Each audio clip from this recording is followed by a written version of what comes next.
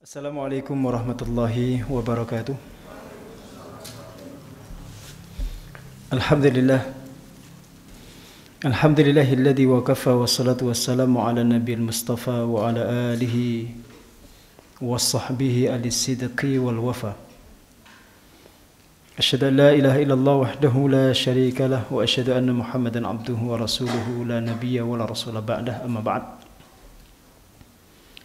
Ma'asyiral muslimin, jamaah, para peserta kelas umroh bareng Al-Fatih, wufudur rahman, tamu-tamu Allah Subhanahu wa taala yang mudah-mudahan diberikan kesehatan selalu, kemudahan segala urusan, keberkahan dalam berbagai aktivitas dan tindakan, dan juga mudah-mudahan diberikan kemudahan untuk berangkat ziarah ke Haramain, ke tanah suci dengan izin Allah Subhanahu wa taala. Tetap kita berusaha menjaga niat, menguatkan tekad ya, meskipun belum tampak jelas betul izin daripada pemerintah, baik pemerintah kita maupun pemerintah Saudi Arabia. Mudah-mudahan dalam waktu dekat nanti ada informasi yang lebih menggembirakan. Mari selalu kita syukuri berbagai nikmat yang Allah curah limpahkan kepada kita semua. Di antara nikmat itu adalah kesempatan kita untuk berangkat ke tanah suci. Kita sedang memantaskan diri. Kalau enggak berangkat-berangkat itu memang undangannya belum tiba atau memang belum pantas ya. Maka perlu kita muhasabah, kita introspeksi, kita evaluasi diri terus. Ya, tidak perlu menyalahkan keadaan, mengeluh dan seterusnya. Banyak istighfar, banyak munajat, banyak mendekat kepada Allah Subhanahu wa taala.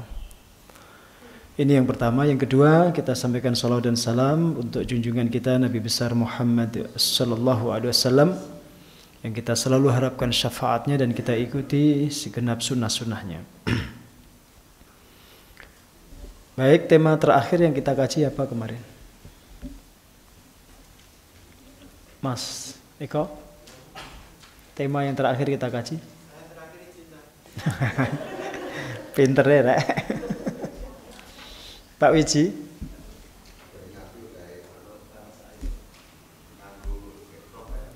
Oh, itu sebelum kita libur. Praktek pakai ikhram dulu itu. Apa yang terakhir? Fikih safar. Fikih safar. Sampun dugi pundi? Doa safar. Ampun disyarahi, sudah dijelaskan. Sampun. Baik, berarti selesai nih. Berarti kalau fikih safar, fikih perjalanan sudah selesai, kita masuk di mengoptimalkan waktu di Haramain. Memaksimalkan waktu saat kita tiba di Haramain. Oke. Itu tema kita ya. Jadi tema kita, mudah-mudahan nanti selesai 2 pertemuan lah. Optimalisasi ibadah selama di Haramain, di Makkah, di Madinah, atau di Masjidil Haram dan Masjid Nabawi. Kita mulai dari yang pertama, bahwa waktu kita untuk ziarah itu terbatas. Waktunya terbatas, kesempatannya sebentar. Sehingga kesempatan yang sebentar dan waktu yang terbatas itu harus betul-betul maksimal. Jangan banyak dibuang waktu. Jangan sampai nanti kita pulang ternyata banyak hal yang belum kita tunaikan. Banyak doa yang belum dipanjatkan. Sehingga tema ini sangat penting kita kuasai. Sebenarnya juga hidup kita prinsipnya juga sama sebenarnya. Hidup itu kan waktunya terbatas. Gitu. Durasinya sudah ditentukan oleh Allah, cuma kita nggak tahu ujungnya kan. Maka dalam konteks itu Allah pun mengingatkan. Ada korelasi, ada relasi bahkan antara waktu dengan keselamatan. Waktu dengan kerugian kita, dengan keuntungan kita. Allah Subhanahu wa taala berfirman, "Wal 'ashri innal insana lafi khusrin illa alladziina aamanu wa 'amilus shalihati wa tawassaw bil haqqi wa tawassaw bis sabr." Demi asar atau demi waktu, sesungguhnya manusia itu semuanya benar-benar dalam kerugian, kecuali orang-orang yang beriman, beramal saleh, saling menasihati dalam kebenaran dan saling menasihati dalam kesabaran. Ini diingatkan oleh Allah. Allah mengingatkan tentang pentingnya waktu dan hubungan waktu itu dengan keselamatan kita di akhirat. Sehingga makna tersiratnya itu, kalau kita pengen selamat, pengen menjadi orang-orang yang faizin, kita harus mampu memanfaatkan waktu itu dengan maksimal. Jangan sampai dibuang-buang, jangan sampai disia-siakan. Min husni islamil mar'i tarkuhu ma la ya'nih, itu kata Rasulullah. Di antara ciri kebaikan dan kesempurnaan Islam seseorang adalah ketika dia mampu meninggalkan perkara-perkara yang tidak penting. Maka mulai dilatih itu. Jadi yang kita kerjakan itu antara penting dan sangat penting. Jangan perkara yang tidak penting apalagi mengandung maksiat. Ya urusan kan dibagi-bagi begitu kan. Ada urusan yang sangat penting, ada urusan yang penting, ada urusan tidak penting, dan ada urusan yang mengandung maksiat. Ya, level ketiga dan keempat ini tidak boleh kita lagi kerjakan karena waktu kita terbatas. Banyak orang menyesal ketika sampai di akhirat pengen kembali ke dunia itu karena dia dulu saat hidup menyanyiakan waktunya. Laula akhartani ila ajalin qarib. Aduhai alangkah indahnya kalau engkau mengembalikan aku ke kehidupan sebelumnya, ke dunia maksudnya itu. La asaddaqanna wa akunanna minas salihin. Pasti saya akan sedekah, saya akan banyak infak, saya akan berderma, saya akan memberi, saya akan nyumbang masjid gitu. Dan saya akan menjadi orang saleh. Itu janji. Kalaupun kemudian dituruti Allah dikembalikan lagi ke dunia, ya akan sama lagi dia. Maka itu jawabannya kenapa orang ketika minta dikembalikan ke dunia nggak akan dikembalikan. Ya, selain karena menakuti orang nanti. Itu ya karena nanti kalaupun dikembalikan ya sama aja keadaannya. Sama keadaannya itu. Nah, sehingga diingatkan. Nah, keberadaan kita di tanah suci itu sementara sekali. Paket itu hanya 9 hari, 12 hari, 15 hari, paling lama sebulan. Ya, karena visa itu paling panjang ya sebulan. Kalau jenengan mau habiskan full 1 bulan itu paling lama sebulan. Dan waktu sebulan itu cepat sekali. Nanti jenengan rasakanlah, 9 hari itu sudah terpotong 2 hari perjalanan. Efektif 7 hari. 3 hari di Madinah, 4 hari di Mekah. Dapat 1 kali Jumatan, itu yang paket 9 hari. Kecuali kalau kita berangkatnya Kamis nanti dapat 2 kali.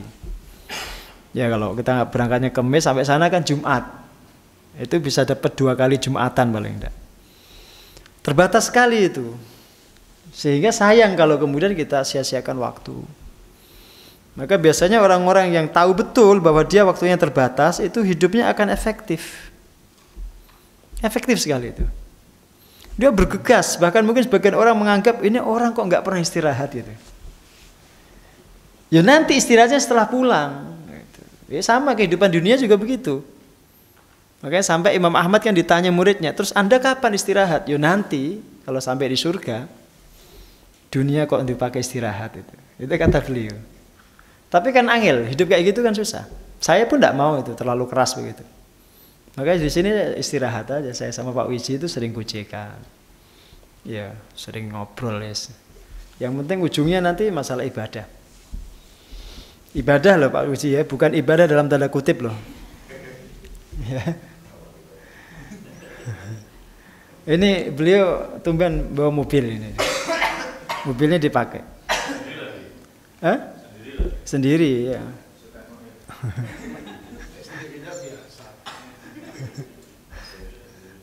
Terus bagaimana caranya agar kesempatan kita 7 hari efektif itu benar-benar bisa maksimal? Nah itu kiat-kiatnya nanti kita akan pelajari ya. Tapi kita lihat dulu alasan syar'i daripada mengoptimalkan waktu selama 7 hari itu. Jadi kan cek selain tadi itu surat Al-Asr tadi ya, ayat 1 sampai ayat 3. Itu dasar kita yang pertama. Yang kedua Al-Hajj ayat 28. Jadi dengan tulis Allah Subhanahu wa taala berfirman liyashhadu manafi'a lahum wa yadhkuru ismallahi fi ayyamin ma'lumat. Supaya mereka menyaksikan atau mendapatkan berbagai manfaat bagi mereka dan supaya mereka menyebut nama Allah pada hari-hari yang telah ditentukan. Jadi tujuan asasi daripada ibadah umrah maupun haji itu adalah zikrullah. Kita diundang Allah ke rumahnya, ke tanah sucinya, ke Baitullah, ke rumah yang pertama dibangun untuk ibadah itu ya li ajli zikrillah. Maka jangan sampai kehilangan kita pada pusarannya itu. Ya, bangun tidur sampai tidur lagi itu pokoknya dimaksimalkan untuk zikir gitu. Diperbanyak sholawat, tasbih, tahlil, tahmid. Efektif nanti. Termasuk kalau kita kemudian ziarahnya pun itu li ajli dzikrillah. Jadi kita datang ke beberapa destinasi bersejarah, niatnya juga untuk zikrullah. Itu ayat 28 ya, surat Al-Hajj.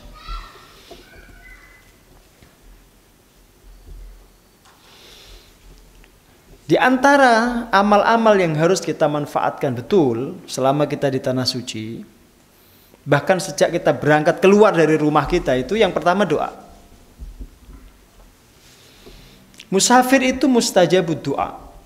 Musafir, semua musafir, yang penting tidak untuk maksiat itu safarnya, doanya mustajab.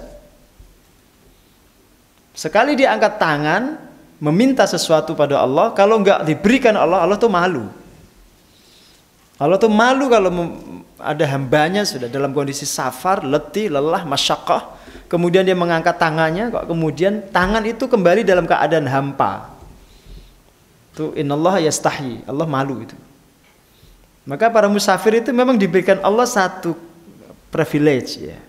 Satu kelebihan, fasilitas. Kalau dia berdoa makbul itu.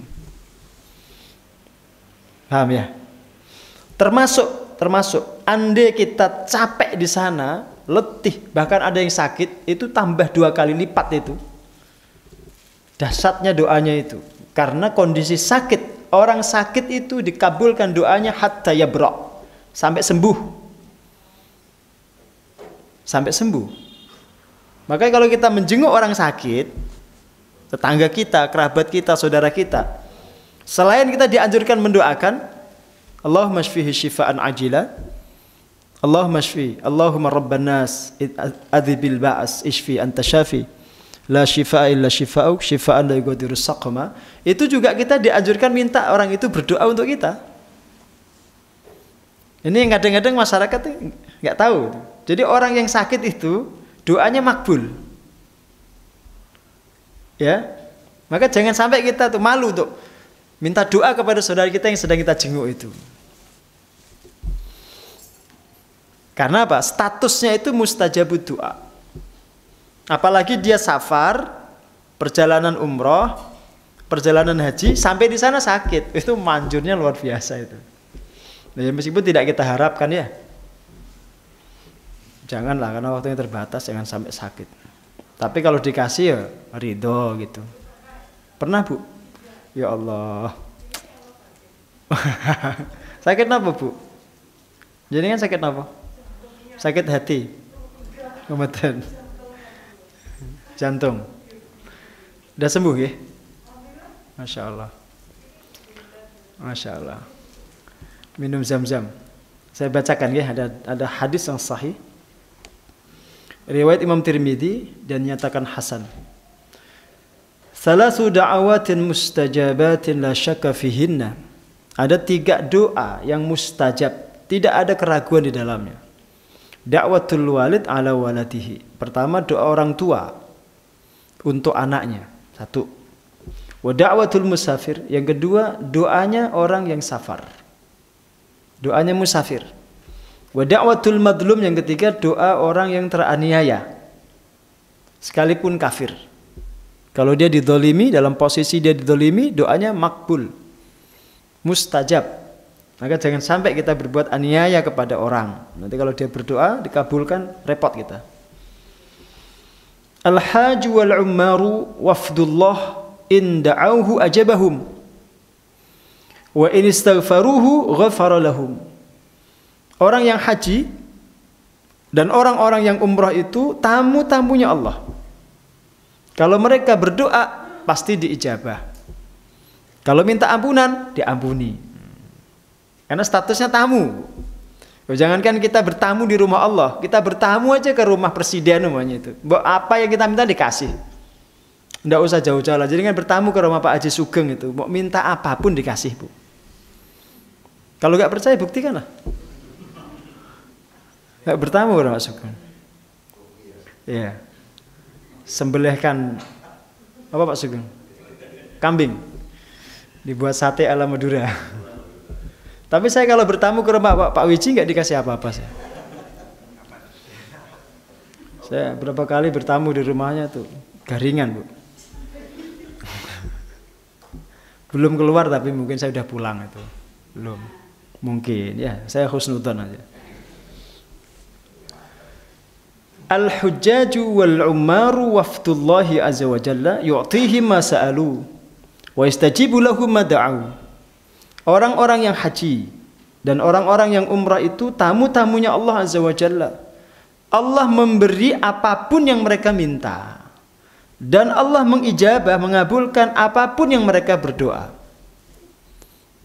Ini janji Allah SWT. Dan itu sudah berkali-kali kami buktikan itu, bahwa apapun yang diminta dikabulkan. Cuma satu gitu ya. Jangan sampai jangan berdoa nanti terus dikabulkan malah repot.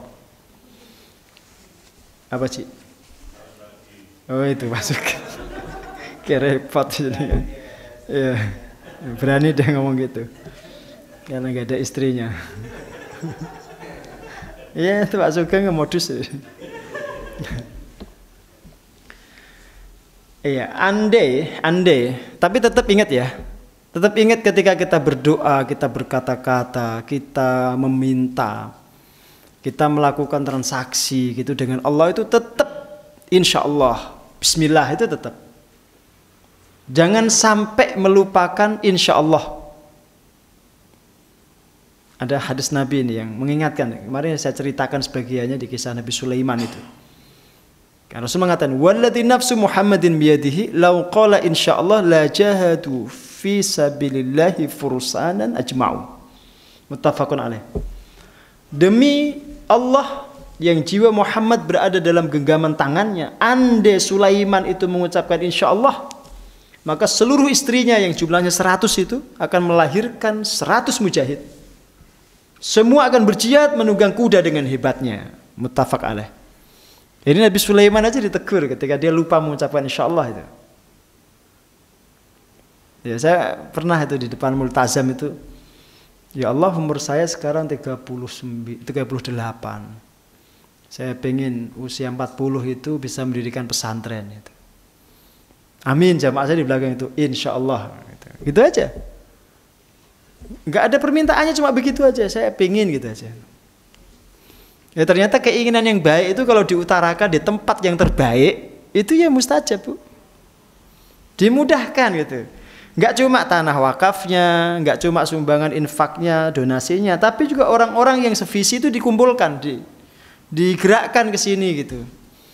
Termasuk di antaranya Pak Haji Som, Pak Haji Sugeng, Mas Wiji ini kadang-kadang, Mas Prayit ya, Mas Abbas, Mas Bonang, Mas Mansur ya, Mas Dwi, Bu Dewi ya, Bu Linda, dikumpulkan, diikat di sini, dikumpulkan itu. Perbedaannya macam-macam, tapi kalau sudah bicara Al-Fatih itu satu, bicara pesantren, dah. Latar belakangnya macam-macam, tapi kalau udah di sini, dah bicara pesantren. Itu termasuk taufik itu ya, dimudahkan. Ya, irodah yang baik itu pasti dimudahkan Allah. Keinginan-keinginan yang baik itu akan dimudahkan. Apalagi kalau diutarakan itu di tempat yang terbaik. Maka kalau sampai di sana itu banyak-banyak aja jenengan itu komunikasi dengan Allah itu. Ya, ngomong yang baik-baik itu. Ngomong yang baik-baik. Ya Allah, saya pengen punya perusahaan, karyawan saya paling enggak ya 1 juta orang gitu. Cabangnya paling enggak di setiap kabupaten gitu. Terus pokoknya gitu aja Bu, jaringan gramyang kan wes. Kalau orang pada bilang gramyang tuh. Wes pokoknya yang baik-baik itu diungkapkan di situ. Tapi satu tadi hindari ya. Ya Allah, saya pengen nikah lagi, hindari itu. Nah, mustajab itu bahaya malah jadi. Tenan. Itu hindari. Itu kalau dengar jamaah yang bapak-bapak itu amin gitu Bu. Tapi saya ibu-ibu wah semeh. Itu satu doa yang baik tapi nggak mungkin diaminkan oleh istri. Nggak mungkin diaminkan. Mudah-mudahan tidak.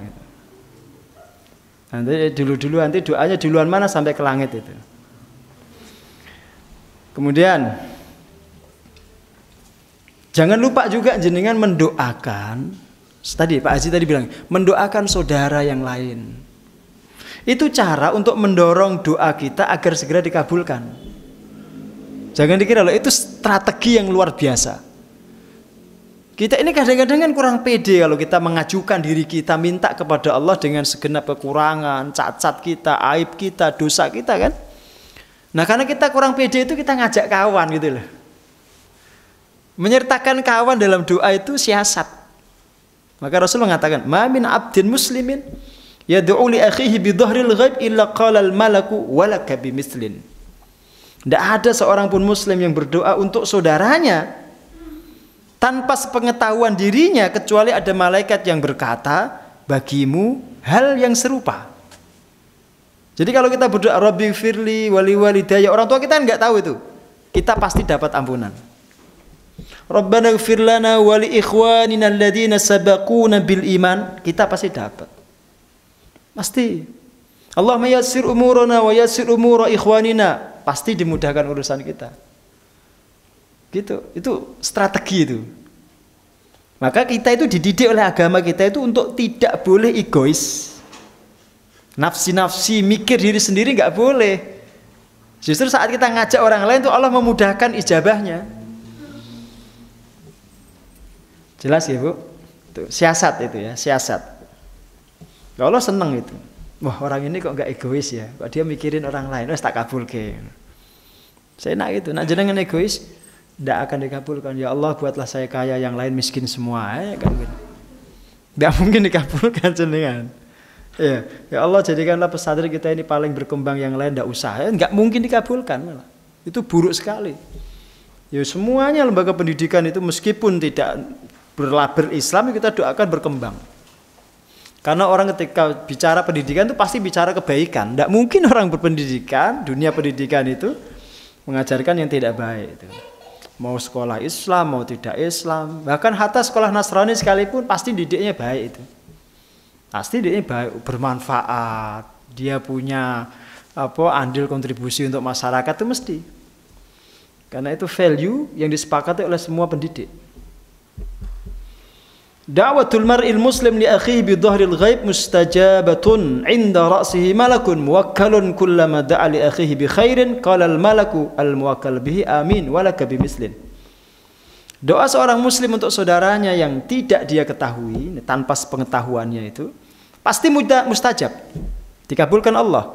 Di sisi kepalanya ada malaikat yang ditugasi untuk mengaminkan doanya. Setiap kali dia berdoa kebaikan untuk saudaranya, malaikat itu mengatakan amin.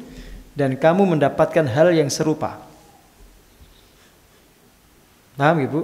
Maka kalau imam itu makruh ini, bagi imam itu berdoa dengan redaksi tunggal.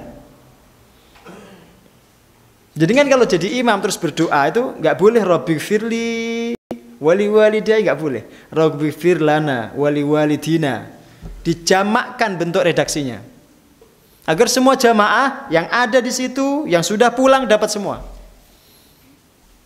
Jangan egois. Jangan egois. Jelas Pak Isi? Paham? Diamalkan ya. Jangan egois pokoknya. Jangan pengen masuk surga sendirian. Itu kunci. Jangan masuk surga itu bareng-bareng Bu. Ya, wasiqal ladzina taqaw ilal jannati zumara. Ndak bisa jenengan itu masuk surga kok dhewean ra iso. Celing dhewean, sepi malah jenengan. Saya tuh kadang-kadang saya batin itu. Kenapa kok Nabi Adam itu ditakdir itu turun dari surga ke bumi? Satu, belum saatnya memang surga ditempati saat itu. Batin saya, entah ini benar atau salah. Yang kedua, terlalu sepi, belum ada keturunannya. Ben dia ini kayak keturunan turunkanlah dari sini. Harus rame-rame masuk surga itu. Maka bahasanya Zumaro, berbondong-bondong. Nanti jamaah Al-Fatih bareng, dipimpin Ustadz ya, dipimpin Pak Wiji lah. Saya tak makmum aja saya. Bareng-bareng, jamaah RSI nanti bareng-bareng. Gitu ya, jamaah Ketandaan bareng-bareng. Nanti itu, Wonosari, pimpin Dwi dari sana. Dwi ketinggalan tapi malah. Iya, karena keduluan sama istrinya, Bu. Kalau lari cepetan istrinya. Zumara ya. Itu mindset kita, pola pikir kita harus begitu. Kebersamaan itu penting. Maka membersamakan saudara dalam doa itu penting. Sering-sering begitu agar doanya lebih mudah diijabah. Terus di mana saja kita dianjurkan berdoa ketika sampai di sana itu. Jadi dengan catat ya. Ada tempat-tempat yang betul-betul mustajab yang jenengan jangan sampai tidak mengunjungi tempat itu. Nanti kita bimbing lah. Ya insyaallah sampai di tempat-tempat itu dan jenengan bisa betul-betul tenang berdoa di situ sekalipun desek-desekan. Yang pertama multazam. Multazam itu adalah tempat di antara rukun Hajar Aswad dengan pintu Ka'bah. Ada yang mengatakan sampai ujung pintu, ada yang mengatakan tidak, dia di batas pintunya itu. Jadi kalau di batas pintunya itu kurang lebih ya 2,5 meter 3 meter. Kalau sampai full pintu, ujung pintunya sekitar 4 meteran atau 3,5 meter. Kurang lebih itu. Lokasi itu disebut dengan multazam. Nah kalau sampai di lokasi itu, jadi kan dianjurkan menempelkan badan, ya nempel di temboknya Ka'bah itu terus berdoa. Maka disebut multazam, tempat untuk nempelkan badan. Dulu dipakai Nabi Ismail itu, tempat itu. Nah sampai kita di situ, doa kita apapun akan dikabulkan Allah. Sampai Imam Syafi'i itu meminta sesuatu yang bagi orang awam itu mungkin mustahil. Mustahil, dia minta dijadikan ahli fikih mengalahkan Abu Hanifah. Yang lebih hebat daripada Abu Hanifah. Padahal Abu Hanifah itu profesornya fikih. Sampai disebutkan gak ada satupun ahli fikih kecuali dia mengikuti Abu Hanifah. Tapi Imam Syafi'i itu berdoa, minta agar diberikan lebih. Dikabulkan Allah. Maka Imam Syafi'i itu menguasai tarikhahnya ahli kalam, madrasahnya Abu Hanifah, juga menguasai tarikhahnya madrasah ilmu ahli hadis. Dua madrasah besar saat itu dikuasai Imam Syafi'i. Maka madhabnya itu paling populer sampai ke negeri kita dianut mayoritas penduduk Indonesia. Di Asia Tenggara secara umum di Mesir madhabnya Syafi'i semua. Jelas ya, termasuk madhab saya itu Syafi'i. Kalau Pak Sugeng kan nggak jelas madhabnya itu. Pak Sugeng yo kadang Syafi'i, yo kadang Hambali, kadang ya Tabligi, ada. Sidik-sidik ya ono LDI ini barang. Ingkar sunnah. Ya. Kalau doa seperti itu kan jarang orang tuh. Orang mikir itu kalau doa kan yang jenengan pikir apa kalau doa minta rumah gitu ya. Jual duit gitu. Kan tuku sawah. Ya itu bagus, itu pokoknya Allah itu jenengan minta apapun dia seneng dia tuh. Tapi kalau pikiran ulama itu enggak. Dia minta sesuatu yang lebih. Apa yang lebih itu? Warisan Nabi. Ya diwariskan Nabi itu apa? Ilmu, syariat. Nah, itu yang mereka minta. Nah, kalau dibelah ini isi otak saya dengan isi otaknya Pak Wisi itu beda. Jelas beda. Meskipun mobilnya bagusan dia. Isinya beda. Matanya orang awam tuh kadang-kadang gitu. Bisa minta rezeki ya, padahal tiap hari dikasih rezeki itu, nggak sadar dia itu. Yang diminta masih rezeki aja itu. Kayak nggak pernah dikasih rezeki, padahal tiap hari dikasih rezeki. Ya, tapi tetap ya Allah tuh seneng. Pokoknya Allah tuh dimintai itu senengnya luar biasa. Betul. Justru Allah tuh marah kalau orang tuh tidak suka minta. Sombong kata Allah itu. Kok kamu tuh tidak butuh aku loh. Sombong men kamu itu. Maka perasaan jiwa kita yang paling disukai Allah itu perasaan iftiqar, merasa fakir. Bahkan di bawahnya lagi itu inkisar, remuk redam kita itu kalau mendapatkan masalah, kondisi darurat, sakit payah, terus remuk redam perasaan kita itu, Allah senangnya luar biasa. Kenapa? Karena tampak jabarutnya itu, tampak sekali kekuasaannya, dan hambanya tampak lemahnya itu, senang dia. Itu perasaan tadarruk yang tadi malam kita kaji itu, merendahkan diri serendah-rendahnya di hadapan Allah, itu senangnya mentah. Nah kalau jenengan sedang di Masjidil Haram, perasaan begitu nanti akan berkali-kali muncul. Terus tiba-tiba mata meleleh, nangis gitu. Itu sering. Apalagi kalau mau pulang itu udah tawaf wada itu wes berurek-urek air mata. Ustadznya udah ngomong sudah nangis kabeh. Ngopo ibu? Oke bisa jawab, nangis aja itu. Bener. Ya, itu masa-masa terindah selama hidup itu. Nanti kita akan kenang itu. Nah, makanya kenapa jamaah haji, jamaah umroh itu kangen ingin balik terus kan? Ya, padahal yo gur watu kotak ngono itu. Ya gitu. Kabeh kan gur watu kotak gak ono nilai senine blas itu. Nah, wis apian Borobudur iki. Wis apik pura-pura di Bali ya. Eksotik kan, bahkan pantainya juga eksotik. Tapi kenapa kok banyakan ke sana orang? Kok lebih ramai ke sana? Coba jenengan bayangin. Paling banter berapa sih wisatawan di Bali itu? Sekali hentakan ya. Ramadan itu kalau nggak ditahan itu tembus 5-6 juta itu di Masjidil Haram itu. Kalau nggak ditahan loh. Kalau visa ini nggak dibatasi itu. Dahsyat itu Ramadan. Apalagi pertengahan sampai akhir itu udah 4 juta lebih itu orang.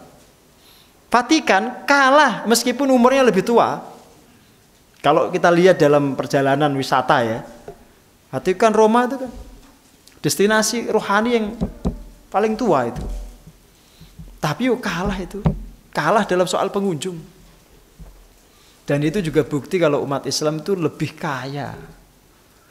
Karena jalan-jalan terus, umroh terus duitnya ono gitu. Padahal ngutang. Mereka nggak tahu aja kita ngutang ya.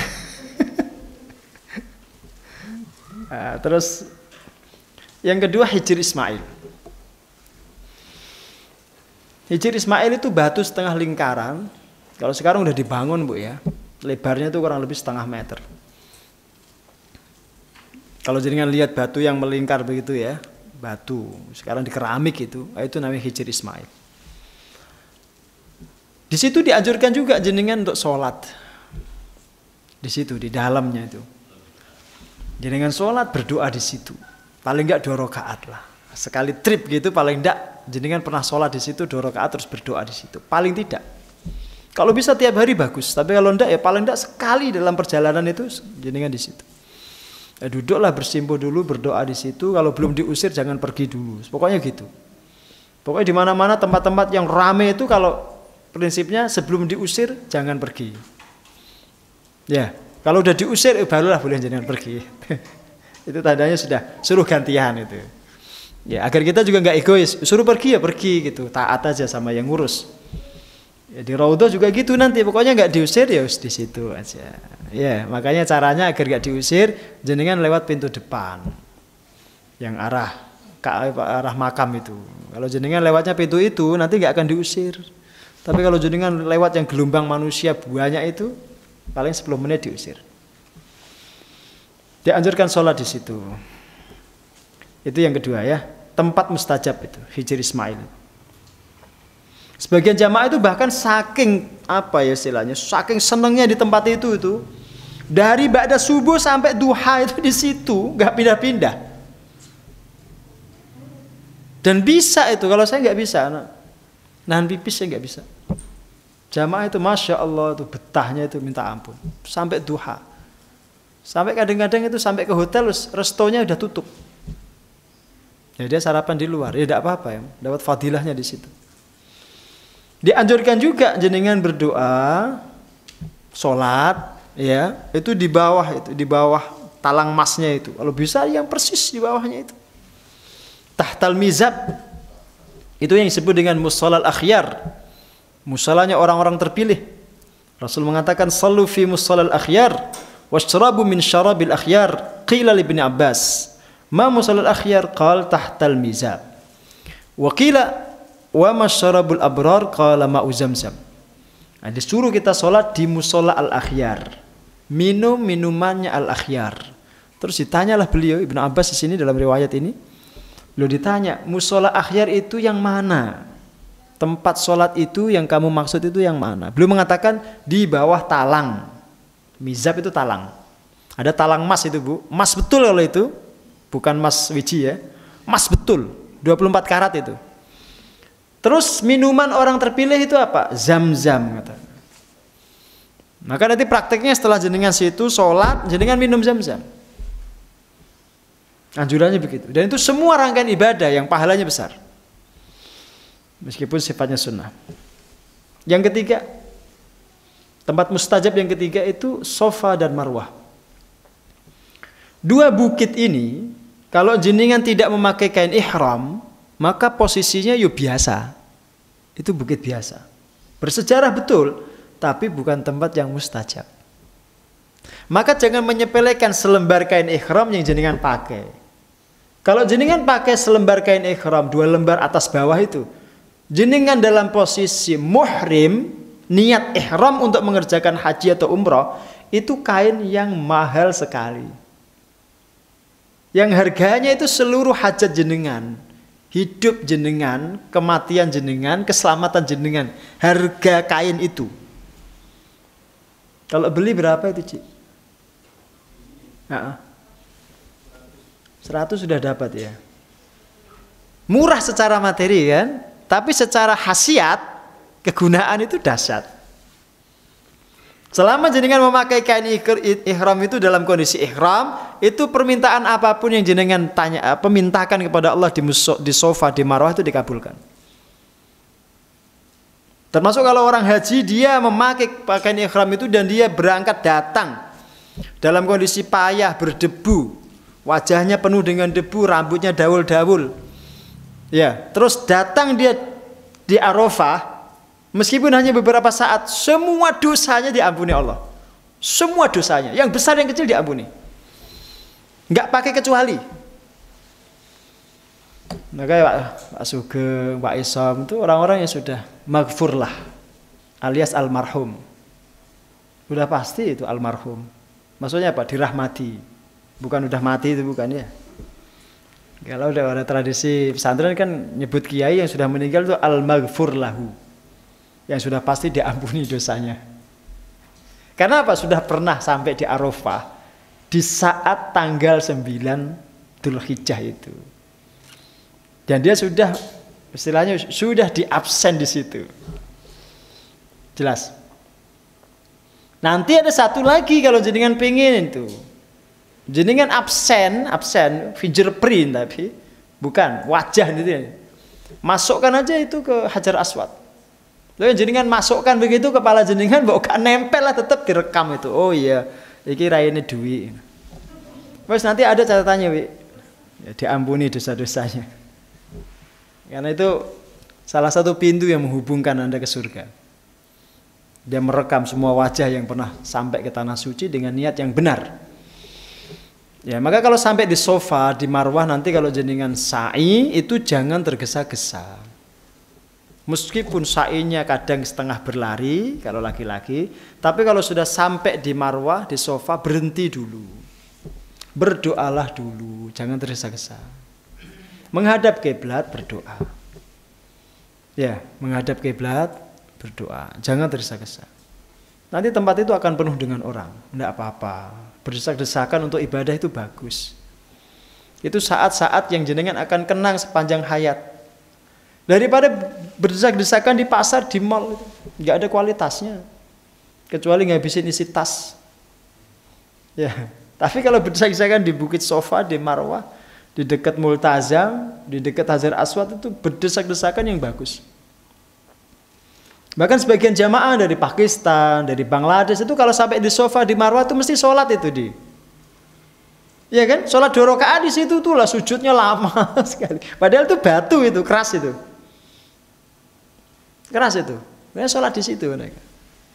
Ya dalam praktik mereka itu. Ya tentu mereka punya guru dan punya madhab, punya pendapat lah. Kalau saya menganjurkan ya berdoa cukup. Terus yang keempat, wara makam Ibrahim, di belakang makam Ibrahim. Ada satu riwayat atau perkataan dari seorang Syekh Abdullah Muhammad Al-Kahlawi. Beliau mengatakan di antara keutamaan makam Ibrahim ialah setiap doa yang dipanjatkan di sana akan dikabulkan. Nah, jenengan sambil melongok, itu melongok tahu ya? Ngelihat bekas kakinya Nabi Ibrahim itu jenengan berdoa di situ. Maka rampung kita tawaf itu dianjurkan kita sholat sunnah di belakang situ, kemudian berdoa. Ya, rampung tawaf 7 putaran itu kan jenengan terus merangsek ke belakang makam. Terus sholat 2 rakaat, sholat sunnah tawaf. Terus jenengan berdoa. Itu tempat mustajab. Nah, diingat-ingat ya, jadi habis tawaf itu jangan langsung lari. Ya, sholat dulu 2 rakaat. Itu sholat sunnah. Rakaat pertama membaca surah Al-Kafirun. Rakaat kedua membaca surah Al-Ikhlas. Kemudian kalau di Masjid Nabawi, tempat-tempat yang mustajab itu diantaranya yang pertama Raudhah. Raudhah itu dulu taman yang menjadi jarak atau membatasi jarak antara hujurat rumahnya Rasulullah itu dengan Masjid Nabawi. Sekarang antara rumah-rumahnya Rasul, salah satunya biliknya Aisyah yang menjadi makamnya Rasul itu, dengan Masjid Nabawi itu menjadi satu. Maka Raudhah itu ada di dalam kawasan Masjid Nabawi. Tapi di ujung bagian kiri, bagian persis sebelah makam. Makanya kalau nanti jenengan bingung karena sekarang karpetnya itu hijau semua itu. Ya dulu kan enggak. Selain Raudhah itu dulu karpetnya merah. Sekarang hijau semua. Kadang-kadang bingung gimana sih Raudhah ini. Makanya nanti merangsek pokoknya nempel aja di dinding dekat makam itu, udah itu pasti Raudhah. Kalau bingung ya, wes nempel aja. Atau jenengan lihat di situ ada mimbar Rasul. Pokoknya setelah mimbar itu. Mudah-mudahan mimbarnya nggak digeser ya. Harus digeser nanti jadi. Ya karena sebelum tempat itu tidak disebut Raudhah. Artinya bukan taman di antara taman surga seperti yang disampaikan Rasulullah. Pertama, yang kedua mimbar Nabi. Nanti akan banyak jamaah itu berdoa di depan mimbar itu. Ya karena itu memang tempat mustajab. Termasuk mihrabnya Nabi, tempat sholatnya Nabi. Tiang Aisyah. Nanti biar ditunjukkan Pak Haji lah. Tiang Aisyah itu yang mana? Ya. Kalau di sini ada gambarnya semua. Kemudian tiang Taubat. Kemudian bangsalnya tempat tidurnya Ahlus Sufah. Itu dulu Abu Hurairah, Abu Dar Al-Ghifari, Salman Al-Farisi, Abu Darda itu kalau ngumpul di situ. Kalau bahasa anak sekarang kalau nongkrong di situ. Itu kawasan satu tempat yang dipakai oleh para sahabat yang masakin, orang-orang yang duafa, yang ngaji dengan Nabi mulazamah tiap hari, tidak pulang tidurnya di masjid itu, di bangsal itu. Jelas ya? Nanti kita orientasi lah. Sampai Masjid Nabawi nanti kita orientasi. Kita muter dulu ya. Nah, nanti biar paham. Tapi siapkan kaki ya, siapkan koyo ya, salon pas. Karena kalau muterin masjid itu masih capek. Capek ya. Yang capek ya, pembimbingnya yang capek. Kalau jadi kan seneng ya. Rasulullah bersabda, "Ma baina baiti wa minbari raudhatun min riyadil jannah." Ada satu tempat di antara rumahku dan mimbarku yang disebut dengan raudhah, taman di antara taman surga. Jadi guru-guru saya mengatakan begini, jadi kalau Anda ingin merasakan sensasi surgawi di dunia, ya masuklah raudhah itu. Maka di raudhah itu tidak boleh ada kebisingan, tidak boleh ada suara keras, tidak boleh ada perkataan sia-sia. Ya, di situ pokoknya tenang. Kalau jenengan nggak tenang nanti duka. Rasulullah duka itu. Tidak boleh jenengan mengeraskan suara di situ, sama sekali tidak boleh. Itu beda dengan orang-orang yang biasanya ibu-ibu itu, jamaah ibu-ibu itu kalau ngantri di raudhah itu, waduh teriak-teriak kayak di pasar. Ya adabnya ini, dan itu biasanya orang Arab. Kalau orang Indonesia tidak, buat diinjek sikile menang ya Indonesia. Indonesia bener sabarnya, masya Allah, itu memang adabnya tingkat tinggi orang Indonesia itu. Saking tenangnya aku ngantuk orang Indonesia itu. Ngantri loh, ngantuk iso itu. Cekerlah ngantuk. Lah iya lo ngantri dari jam 10 sampai setengah 1 kok. Baru bisa masuk ya teklak-tekluk. Nak melayu kegeret konsone ngono ya. Tapi orang-orang Arab memang itu ya Allah itu teriak-teriak itu sampai gitu kan. Ah itu kadang-kadang kurang dijaga adabnya. Pokoknya di dekat makamnya Rasul itu diem, hening, jangan rame. Antahbata a'malukum wa antum la tash'urun. Kalau kalian meninggikan suara, amal kalian nanti bisa hancur lebur, kalian tidak sadar. Itu di surat Al-Hujurat yang kemarin kita kaji, pas acara IPHI itu ya. Jangan sampai rame, karena bisa hancur lebur amal kita, sementara kita tidak sadar itu. Wa antum la tash'urun. Maka sebelum sampai di Madinah, sebelum sampai masuk di Masjid Nabawi, belajar dulu adab-adabnya. Bagaimana adab kita di kota Nabi, masuk masjidnya Nabi, itu adabnya bagaimana, itu dipelajari. Yang dulu sudah disampaikan itu dibaca ulang. Agar adab kita ini sesuai standar Nabi dan para sahabat ketika itu. Jelas ya? Ya meskipun ya Nabi mungkin akan memaklumi karena kita ini kan dianggap badui ya. Karena jarak jauh kan, orang primitif kita ini. Jaraknya kita sekian ribu kilo dari negerinya Nabi kan, ya wajar lah. Pemenang wong Klaten kan, pemenang wong Pati nak ngomong kenceng-kencengan kan, Nabi maklum lah. Tapi sebisa mungkin ya kita jaga, jangan rame, jangan teriak-teriak, karena Nabi di situ tidak mati. Nabi itu menyaksikan semua umatnya, melihat, meskipun kita menganggapnya mati. Ya, jangankan Nabi ya, syuhada, orang-orang mati syahid itu tidak mati ya. Kemudian ada hadis tentang mimbarnya Nabi. Rasulullah mengatakan, minbari ala tur'atin min tura'il jannati, faqultu lahu wa ma tur'atu ya Rasulullah. Qal al-bab. Mimbarku itu berada di tur'ahnya surga. Aku, kata beliau, bertanya kepada beliau, apakah yang dimaksud dengan tur'ah itu? Beliau mengatakan pintunya surga. Jadi mimbarnya Nabi itu pintunya surga. Berarti lah kalau jenengan kalau pengen masuk surga lewatnya situ. Berdoalah di situ agar dimasukkan ke dalam surga. Maka di antara doa terbaik yang jenengan minta saat jenengan di raudhah maupun di dekat mimbarnya Nabi itu minta surga. Udah. Kalau itu jenengan lupa, justru jenengan melupakan semua kebaikan. Ya, tiwas jenengan minta ini, minta itu, minta macam-macam gitu. Surga lali, lupa itu. Padahal jenengan sedang di raudhah, kok lupa dengan surga, itu aneh. Enaknya Bu, saking materialisnya kadang-kadang. Iya kan? Saking duniawinya pikirannya itu. Padahal ibadah itu adalah satu konsep untuk mendekatkan kita kepada akhirat. Iya kan? Itu kan jalan agar kita makin dekat dengan akhirat. Loh kok masih aja kita itu gondeli dunia itu. Sampai lupa dengan minta surga itu. Nah ini perlu kita ingatkan ya. Allahumma inni as'aluka ridhaka wal jannah wa na'udzubika min sakhatika wan nar. Itu doa pertama yang jenengan minta kalau di raudhah, di dekat mimbarnya Nabi. Ya. Itu yang jenengan minta.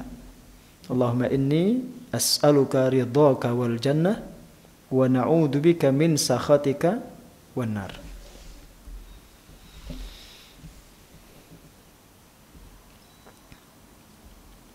Oke.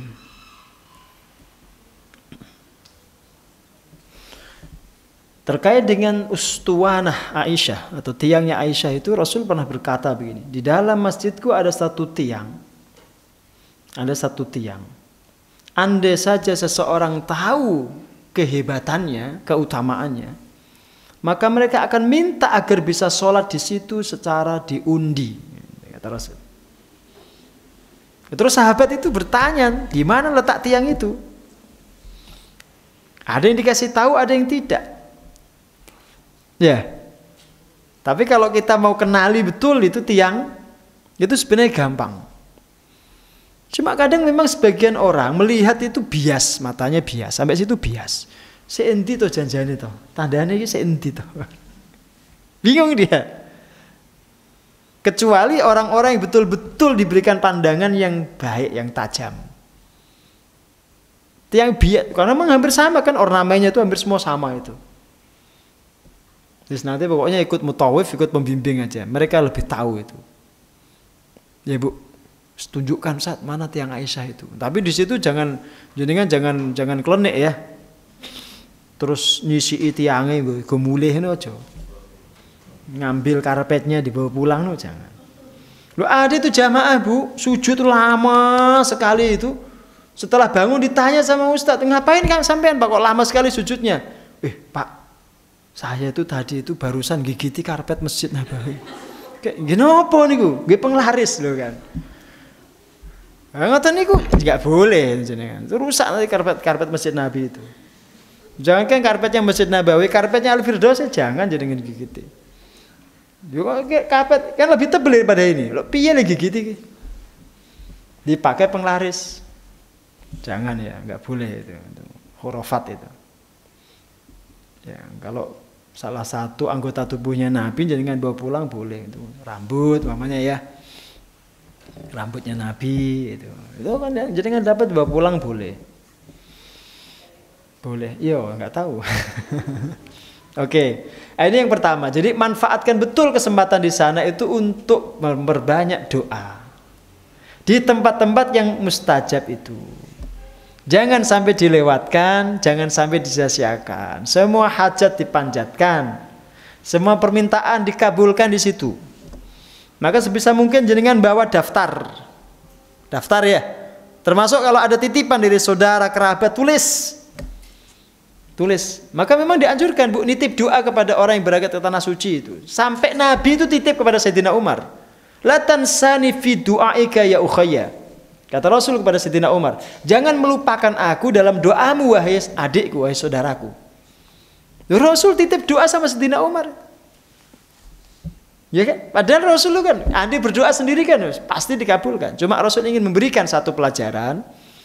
Kalau orang diundang Allah ke tanah suci, itu dikabulkan doa-doanya. Maka kita titipi. Titip ya. Nah, titip Pak, saya doakan ini. Ya enggak usah nunggu sampai dia pulang, enggak, sebelum berangkat titip.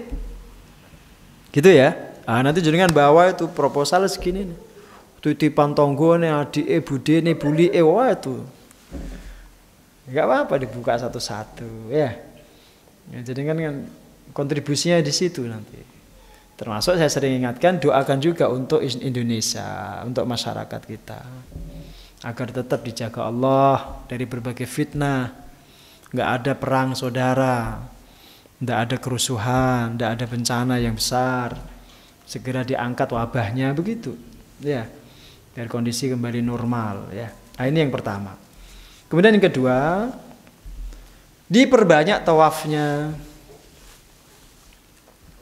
Jangan tawaf itu dibatasi gitu, nggak. Pokoknya jenengan masuk Masjidil Haram tawaf, masuk tawaf begitu. Nak kuat. Nak rakwat ya paling sehari sekali paling enggak. Nah, kalau masih muda itu setiap masuk tawaf insya Allah kuat. Bahkan ada jamaah itu yang bernadar itu Bu, betul dia bernadar, tawaf itu dari subuh sampai duhur itu. Bisa dia berhenti untuk minum zam-zam aja. Dari subuh sampai duhur itu rampung subuhan gitu terus tawaf terus 7 putaran sholat, terus tawaf lagi 7 putaran tawaf, sholat gitu. Terus sampai duhur. Bisa itu. Ya kenapa? Jangankan yang tawaf, yang nonton orang tawaf itu dapat 20 rahmat. Ya. Allah setiap hari menurunkan 120 rahmat di Masjidil Haram. 60 untuk yang tawaf, 40 untuk yang sholat, 20 untuk yang nonton. Yang nonton langsung Bu, bukan live streaming ya. Ada live streaming jenengan kayak hotel karo turun-turun nonton tawaf. Enak men ya. Maka kenapa jenengan mesti jenengan akan bertanya-tanya, ini kok orang setiap kali habis sholat terus pada ngelihat ke Ka'bah itu kenapa? Itu bukan sekedar ngelihat Ka'bahnya, tapi ngelihat orang yang tawaf. Dan itu asik sekali jenengan dari lantai 2 banyak nonton. Andai jenengan udah capek enggak tawaf lagi, nonton aja yang tawaf, dapat 20 rahmat. Bukan enak sekali itu. Ya Allah, itu pahala mau dikasihkan itu sok-sokan dikasih itu. Tidak ada batasnya oleh Allah kasih. Rahmat itu maksudnya apa itu? Rahmat itu surga. Ya. Maka dibiasakan itu. Ya nggak ada aktivitas di hotel, terus ke masjid aja lah nonton orang tawaf gitu. Ya daripada di hotel terus malah kelemon jenengan.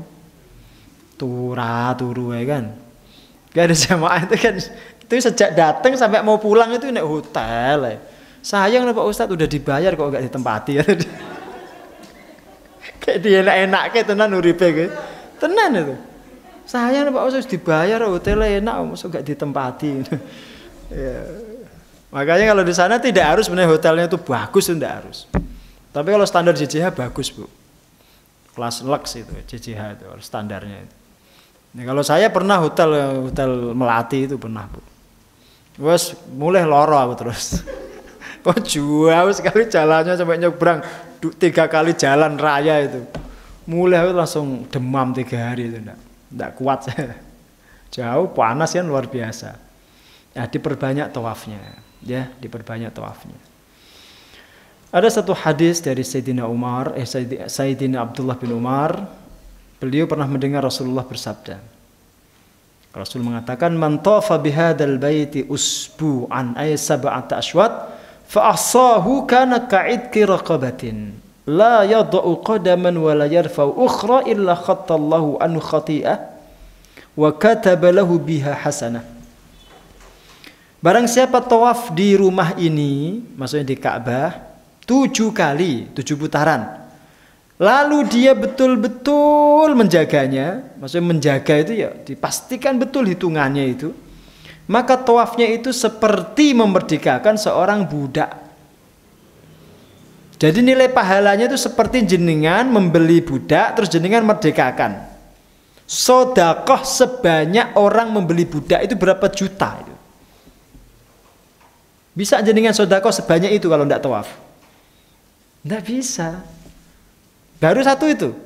Kemudian kata Rasul, tidaklah ada satu kakinya diinjakkan ke bumi, yang satu lagi diangkat, kecuali Allah akan menghapuskan dengannya dosanya dan mengangkat derajatnya.